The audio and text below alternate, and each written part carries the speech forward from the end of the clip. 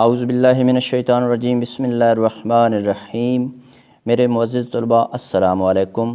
تو آج ہم پڑھیں گے بی ایڈ 1.5 کوڈ 8601 باب نمبر 1۔ باب کا نام ہے تعارف تدریس اور سوال نمبر 1۔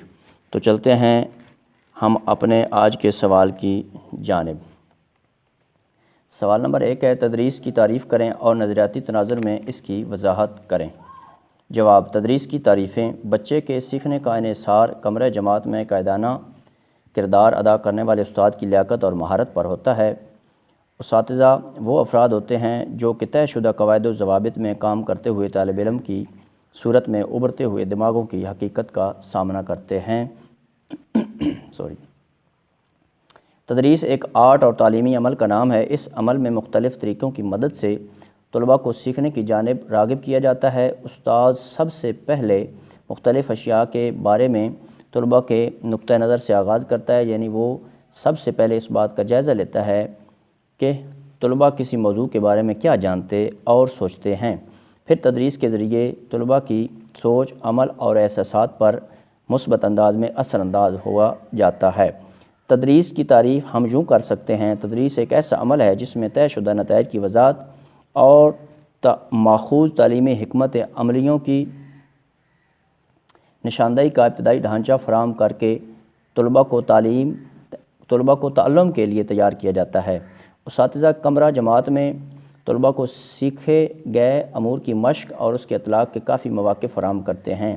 ایک اور تعریف کے مطابق اساتذہ یا مدرسین طلباء کو تعلیمی سرگرمیوں میں منافع بخش انداز میں شریک ہونے کے لیے مدد فراہم کرتے ہیں۔ ڈکشنری آف ایجوکیشن کے مطابق تدریس کا مطلب کسی تعلیمی ادارے میں پڑھانے کے فرائض انجام دینا ہے۔ اس کا مطلب ایک مدرس کا تعلیم و تعلم کے ماحول کا انتظام کرنا ہے۔ تعلیم و تعلم کے ماحول سے مراد ایک استاد اور طالب علم کے درمیان براہ راست تعامل۔ نمبر 2، قبل از تدریس سبق کی منصوبہ بندی، تیاری اور ضروری مواد جمع کرنا، اور نمبر 3، بعد از تدریس کی سرگرمیاں جیسے جائزہ سبق کی صورتحال پر دوبارہ غور اور ابلاغ شامل ہیں۔ انسائکلوپیڈیا آف ایجوکیشن ریسرچ کے مطابق تدریس ایک وسیع اصطلاح ہے جس میں کمرہ جماعت اور سکول میں وقوع پذیر ہونے والی اکثر سرگرمیاں شامل ہیں۔ اس میں بہت سی ایسی سرگرمیاں بھی شامل ہیں جو گھر پر انجام دی جاتی ہیں۔ در حقیقت تدریس کا مطلب کسی دوسرے فرد کو سیکھنے میں مدد دینا ہے۔ اس عمل میں معلومات مہیا کرنا، تعلیمی عمل کے لیے موزوں اور مناسب ماحول تیار کرنا اور ایسی سرگرمیوں کی منصوبہ بندی شامل ہے جو سیکھنے کے عمل میں ممدو معاون ہوں۔ تدریسی مقاصد کے لیے استاد کے 5 کردار۔ تدریسی مقاصد کے لیے استاد کو 5 حیثیتوں میں کردار ادا کرنا چاہیے۔ یہ کردار درج ذیل ہیں۔ نمبر 1، بحیثیت ماہر نفس مضمون۔ بحیثیت ماہر نفس مضمون اساتذہ کا علم اور معلومات معیاری درسی کتب کے نفس مضمون سے بڑھ کر ہونی چاہیے۔ استاد کا یہ کام ہے کہ وہ نفس مضمون کے حوالے سے اہم ترین اور حقیقی فکر کو ترقی دے۔ وہ اپنے علم کی بنیاد پر اپنے مضمون سے متعلق تمام مسائل کو حل کر سکتا ہے۔ نمبر 2، بحیثیت ماہر فن تعلیم۔ اساتذہ موزوں ترین تعلیمی اہداف اور مقاصد کا تعین کرتے ہیں اور انہیں طلباء کے سامنے واضح طور پر بیان کرتے ہیں۔ وہ اپنے مضمون کے حوالے سے مثبت رجحان کی عکاسی کرتے ہیں اور مضمون کو سیکھنے میں حائل رکاوٹوں کو دور کرنے کے لیے کام کرتے ہیں۔ وہ طلباء کے کام کا جائزہ لیتے ہیں اور منصفانہ انداز میں مارکنگ کرتے ہیں۔ اساتذہ تنقیدی فکر اور مسئلے کے حل کے ذریعے طلباء کی رہنمائی کرتے ہیں اور انہیں اپنے ذاتی فہم و شعور کو ترقی دینے کے قابل بناتے ہیں۔ تعلم میں ترقی پر وہ طلباء کو فیڈ بیک بھی مہیا کرتے ہیں۔ نمبر 3، بحیثیت شاندار مبلغ۔ استاد مؤثر ترین زبانی و تحریری ابلاغ کا مظاہرہ کرتا ہے۔ ان میں بڑی عمدہ تنظیمی قابلیت اور منصوبہ بندی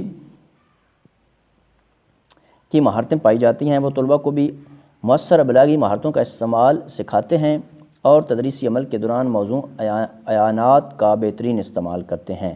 نمبر 4، بحیثیت طالب علم مرتکز ناصح۔ اساتذہ مختلف النوع طریقوں سے سیکھنے اور تعلیمی عمل میں بھرپور طور پر شریک ہونے میں طلباء کی حوصلہ افزائی کرتے ہیں اور انہیں بلند تر عقلی سطح پر پہنچا دیتے ہیں۔ نمبر 5، بحیثیت منظم و مستقل تشخیص کار۔ استاد طلباء کے تعلیمی تجربات کو بہتر بنانے کے لیے طلباء کے رد عمل اور نتائج کی تشخیص کے لیے موزوں ترین طریقہ کار تیار کرتا ہے۔ وہ اپنے تدریسی انداز کا بھی مسلسل جائزہ لیتا رہتا ہے اور کمرہ جماعت کے ماحول اور طلباء کو ہمیشہ تازہ دم رکھتا ہے۔ بہترین استاد اپنے تدریسی انداز کی تشخیص کے دوران سامنے آنے والی خامیوں کو دور کر کے تدریس کو بہترین اور مؤثر بنانے کی ہر ممکن کوشش کرتا ہے۔ تو میرے معزز سامعین و ناظرین، اگر آپ کو میری یہ کاوش پسند آئی ہے تو آپ میرے اس چینل اردو ادب اور ادب کو ضرور سبسکرائب کر دیں تاکہ آگے آنے والی ویڈیوز آپ کو آسانی سے مل سکیں۔ اللہم صلی علی محمد و آل محمد، والسلام۔